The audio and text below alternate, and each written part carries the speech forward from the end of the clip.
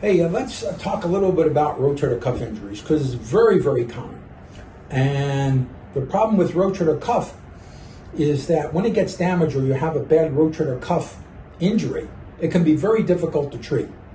And a lot of the doctors who treat these are sports medicine doctors who do arthroscopy, which is making stab wounds, going in there and trying to repair things under a limited space. The problem with that a lot of times is that bad tears can't be treated very well that way.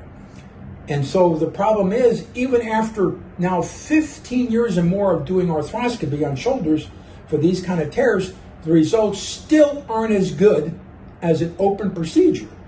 The problem is that a lot of guys are trained to do arthroscopy but have no idea how to open up a shoulder.